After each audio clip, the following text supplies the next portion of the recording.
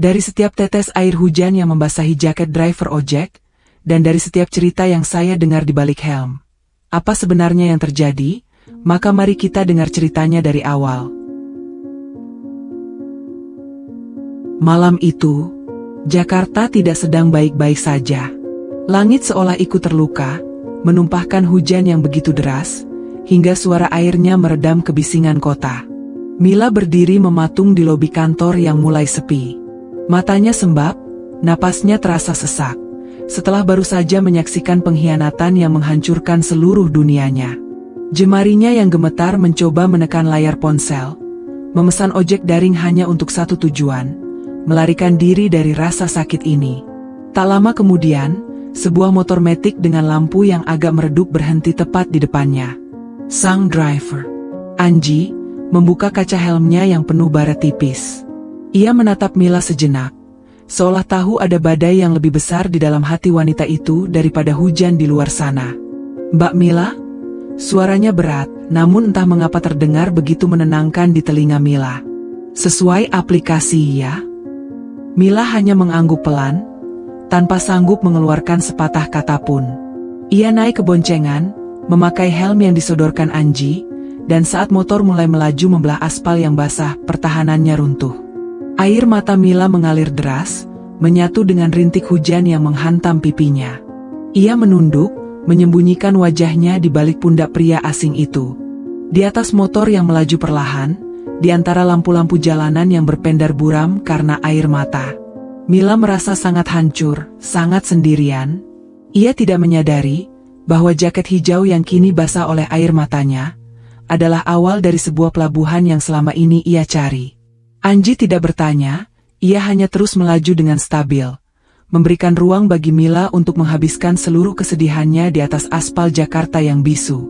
Gemuruh petir sesekali menyambar, namun motor metik itu tetap melaju tenang, seolah sang pengendara tahu benar cara menjaga keseimbangan di atas jalanan yang licin. Mila masih terisak pelan, tangannya mencengkeram erat besi pegangan motor, hingga buku-buku jarinya memutih. Anji, yang sejak tadi hanya dia membisu, akhirnya memecah kesunyian. "Mbak." Suaranya harus sedikit meninggi agar terdengar di balik deru angin dan hujan. "Kalau mau nangis, nangis saja. Jaket saya sudah terlanjur basah ini, tidak usah sungkan." Mila tersentak, ia merasa malu karena ketahuan sedang hancur. Namun ada sesuatu dari nada bicara pria itu yang membuatnya merasa aman. "Maaf, Mas," bisik Mila, suaranya parau dan bergetar. Saya hanya sedang sangat capek." Anji terdiam sejenak, ia sedikit memperlambat laju motornya saat melewati genangan air yang cukup dalam. "Capek itu wajar, Mbak," ucapnya perlahan, suaranya terdengar seperti sebuah pelukan di tengah kedinginan. "Yang gak wajar itu, kalau Mbak memaksa tetap berlari, padahal kakinya sudah berdarah-darah. Terkadang, berhenti sejenak itu bukan tanda menyerah, tapi tanda kalau kita manusia."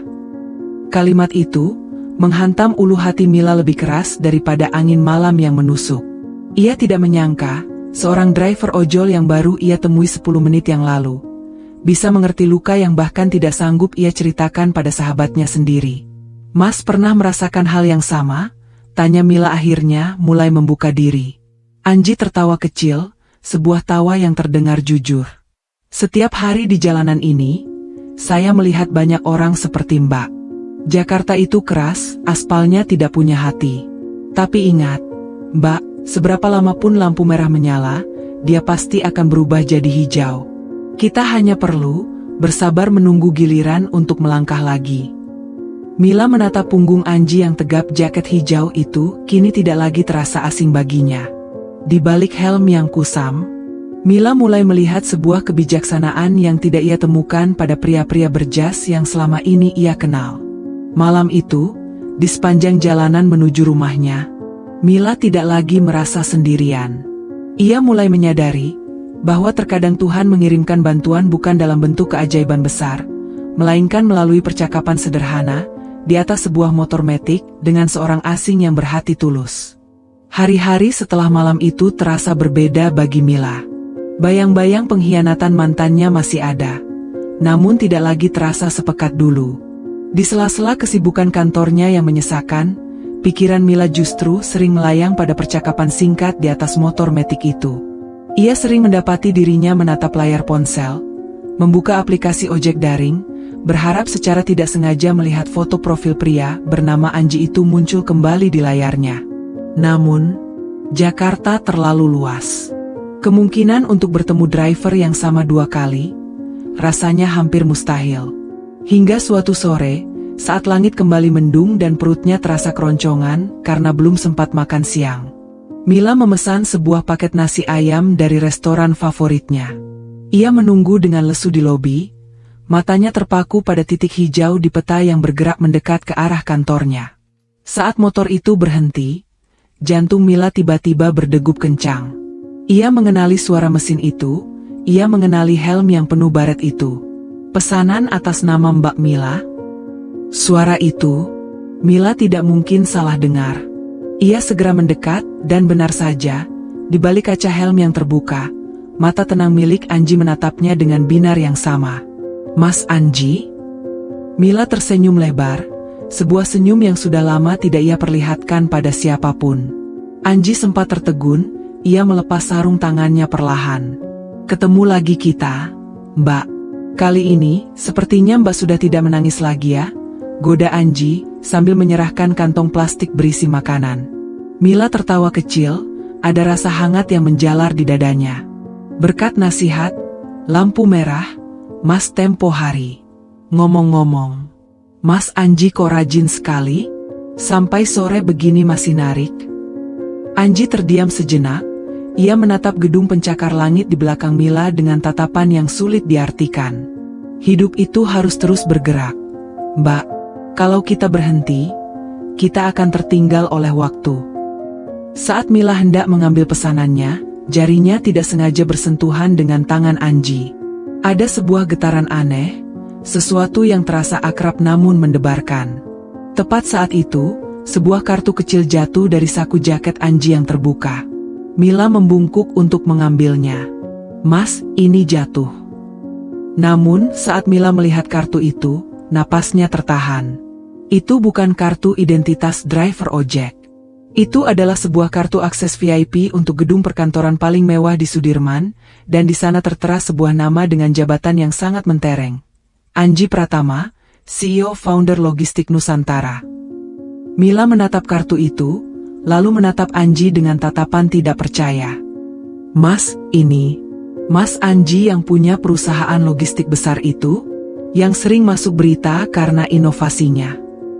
Anji menghela napas panjang, ia tampak sedikit menyesal karena rahasianya terbongkar begitu cepat. Ia mematikan mesin motornya, lalu turun dan berdiri sejajar dengan Mila. "Saya tidak bermaksud membohongi siapapun, Mila," ucap Anji. Kini suaranya terdengar lebih formal namun tetap lembut. "Setiap malam, atau di waktu senggang, saya sering turun ke jalan. Saya ingin merasakan sendiri apa yang dialami orang-orang di lapangan. Saya ingin tahu apa yang dirasakan oleh pelanggan saya, dan apa yang dirasakan oleh mereka yang sedang berjuang di tengah kerasnya Jakarta." Mila ternganga. "Tapi, kenapa harus sampai narik ojek sendiri?" Anji tersenyum tipis. Ia menatap mata Mila dalam-dalam. "Karena dari atas motor ini, saya bisa mendengar cerita yang jujur. Seperti cerita kamu malam itu. Di kantor yang megah itu, semua orang memakai topeng. Tapi di sini, di balik helm dan di tengah kemacetan, kita semua hanyalah manusia yang sama-sama sedang mencari jalan pulang." Mila terpaku, ia merasa dunianya kembali berputar. Pria di depannya bukan sekadar driver ojol biasa. Dia adalah sosok yang luar biasa rendah hati. "Lalu, kenapa Mas masih mengantar makanan saya secara pribadi hari ini?" tanya Mila pelan. Anji melangkah selangkah lebih dekat, jarak mereka kini sangat tipis. "Jujur? Karena setelah malam itu, saya tidak bisa berhenti memikirkan apakah penumpang saya yang menangis saat hujan itu, sudah benar-benar merasa lebih baik atau belum." Suasana di lobi kantor itu mendadak terasa begitu sunyi, meski kendaraan lalu lalang di depan mereka. Di antara bau aspal dan aroma hujan yang akan turun, Mila menyadari satu hal, bahwa pertemuannya dengan Anji bukan sekadar kebetulan aplikasi, melainkan sebuah takdir yang sedang menuliskan cerita baru. Hubungan Mila dan Anji mulai tumbuh seperti bunga di sela-sela kerasnya trotoar Jakarta kecil, namun sangat kuat. Mereka sering menghabiskan waktu di warung kopi pinggir jalan, tempat di mana Anji merasa paling menjadi dirinya sendiri, dan Mila merasa paling dihargai bukan karena jabatannya di kantor, melainkan karena jiwanya. Namun, ketenangan itu tidak berlangsung lama. Sore itu, saat mereka sedang duduk di sebuah taman kota, sesosok pria berpenampilan necis dengan jam tangan bermerek muncul dari balik pepohonan. Itu adalah Raka, mantan kekasih Mila yang telah mengkhianatinya. Mila? Raka berjalan mendekat dengan wajah penuh percaya diri. Matanya melirik sinis ke arah Anji yang saat itu masih mengenakan jaket hijaunya, karena baru saja selesai narik. Jadi, ini alasan kamu tidak mau membalas pesan-pesanku? Kamu lebih memilih seorang tukang ojek. Mila berdiri, tangannya gemetar karena amarah yang tiba-tiba meluap. Raka, apa yang kamu lakukan di sini? Pergi. Raka tertawa meremehkan, suara tawanya terdengar begitu tajam. Ayo jujur, Mil, kamu cuma sedang depresi karena kita putus, makanya kamu melampiaskannya pada orang rendahan seperti ini. Kamu itu wanita berkelas, jangan memalukan dirimu sendiri dengan bergaul bersama orang yang baunya saja sudah bau asap knalpot. Mila hendak membalas, namun sebuah tangan yang hangat dan kokoh memegang bahunya. Anji berdiri di samping Mila, wajahnya tetap tenang, tidak ada sedikit pun amarah di matanya. Mas Raka ya? Tanya Anji dengan nada bicara yang sangat sopan. Kekayaan seseorang tidak ditentukan dari apa yang ia pakai, tapi dari bagaimana ia menghargai sesama manusia. Mas mungkin punya mobil mewah, tapi sepertinya Mas kehilangan arah tentang cara menghormati wanita. Diam kamu. Jangan sok menasihatiku, bentak Raka. Ia menarik tangan Mila dengan paksa. Ikut aku sekarang. Mil, aku sudah putus dengan perempuan itu. Aku ingin kita mulai lagi. Kamu tidak pantas berada di sini, di atas motor butut ini. Mila menyentak tangan Raka hingga terlepas. Cukup, Raka. Kamu tahu apa yang tidak pantas? Yang tidak pantas itu adalah hatimu. Kamu melihat Mas Anji hanya dari jaketnya, tapi aku melihatnya dari ketulusannya. Dia ada saat aku hancur, sementara kamu adalah alasan kenapa aku hancur. Mila kemudian menoleh ke arah Anji, matanya berkaca-kaca namun penuh keyakinan. Mas Anji, ayo kita pergi dari sini. Aku tidak ingin sisa hariku rusak karena masa lalu yang tidak berharga ini. Anji mengangguk, ia membantu Mila naik ke atas motor metiknya. Sebelum memakai helm, Anji menatap Raka sejenak, sebuah tatapan yang penuh wibawa namun tidak sombong. Kadang orang yang Mas anggap rendah di jalanan adalah orang yang memiliki pandangan lebih luas tentang kehidupan dibandingkan mereka yang hanya melihat dari balik jendela kaca yang tertutup rapat. Motor itu pun melaju, meninggalkan Raka yang berdiri mematung di pinggir jalan, terdiam karena harga dirinya baru saja runtuh oleh seorang pria yang ia anggap remeh. Di atas motor, Mila memeluk pinggang Anji dengan erat, menyandarkan kepalanya di punggung pria itu. Terima kasih, Mas, terima kasih sudah membelaku. Aku tidak membelamu, Mila. Bisik Anji di balik helmnya. Aku hanya menjaga apa yang menurutku berharga. Dan mulai hari ini, aku tidak akan membiarkan siapapun membuatmu menangis lagi di atas motor ini. Di tengah keremangan sore Jakarta, rintangan itu justru membuat ikatan mereka semakin erat. Mila sadar, ia tidak lagi mencari pangeran dengan kereta kencana, karena ia telah menemukan pelindungnya, di balik jaket hijau yang selalu tercium aroma perjuangan dan ketulusan.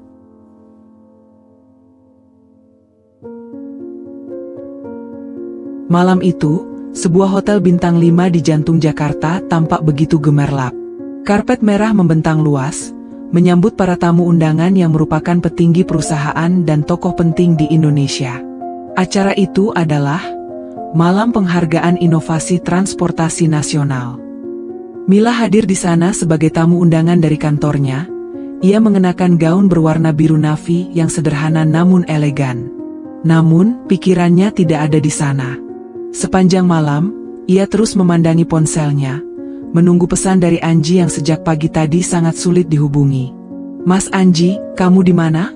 bisiknya pelan, menatap kerumunan orang-orang berjas mewah yang terasa begitu asing baginya.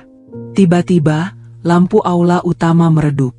Suara pembawa acara menggema dengan penuh semangat. "Dan sekarang mari kita sambut pemenang penghargaan Visionary Leader of the Year, sekaligus CEO dari Logistik Nusantara, Bapak Anji Pratama." Jantung Mila seolah berhenti berdetak. Ia menoleh ke arah panggung, dan di sana, muncul seorang pria yang sangat ia kenali. Tidak ada jaket hijau, tidak ada helm kusam yang penuh baret. Di sana berdiri seorang pria dengan setelan tuxedo hitam yang sangat sempurna, rambutnya tertata rapi, memancarkan wibawa yang luar biasa. Itu adalah Anji. Seluruh ruangan bertepuk tangan riuh, namun Anji hanya tersenyum tipis. Matanya menyisir seluruh ruangan, seolah sedang mencari sesuatu. Hingga akhirnya, mata mereka bertemu. Anji berhenti sejenak, memberikan anggukan kecil yang hanya dimengerti oleh Mila. Anggukan yang sama saat ia menawarkannya tumpangan di tengah hujan. Anji mulai berbicara di depan mikrofon. "Banyak orang bertanya, dari mana saya mendapatkan ide untuk membangun sistem logistik yang menyentuh hingga pelosok jalan terkecil?" Anji menjeda kalimatnya, suasana menjadi sunyi senyap. Jawabannya adalah, dari jalanan itu sendiri.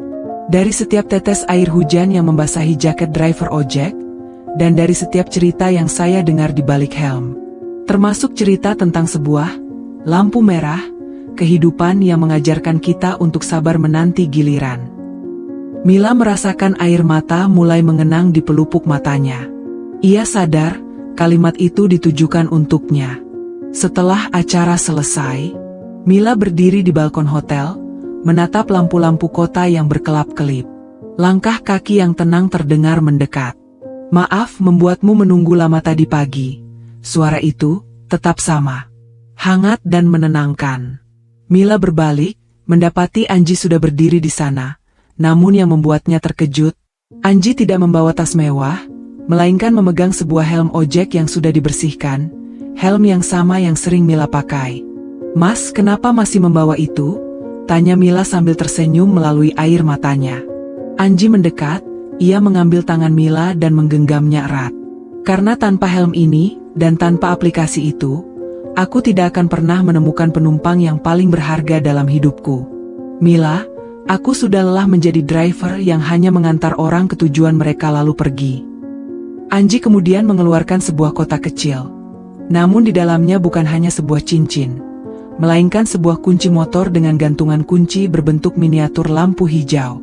"Maukah kamu berhenti menjadi penumpangkah di aplikasi hidupku, dan mulai menjadi pendamping di sampingku selamanya? Aku tidak menjanjikan jalan yang selalu mulus, tapi aku berjanji, seberapa deras pun hujannya, aku akan selalu punya jaket untuk melindungimu, dan bahu untukmu bersandar." Mila terisak bahagia. Ia memeluk Anji dengan sangat erat di bawah langit Jakarta yang kini terasa begitu indah. "Iya, Mas, aku mau." Malam itu, aspal jalanan dan lampu kota menjadi saksi bahwa cinta sejati tidak butuh perkenalan yang mewah atau kasta yang setara. Kadang cinta hanya butuh sebuah takdir yang tepat, sebuah aplikasi yang menghubungkan dua jiwa, dan seorang driver yang tahu bahwa rumah sejati bukanlah sebuah bangunan, melainkan hati yang mau berbagi perjalanan hingga ke garis finish bersama-sama. Tamat.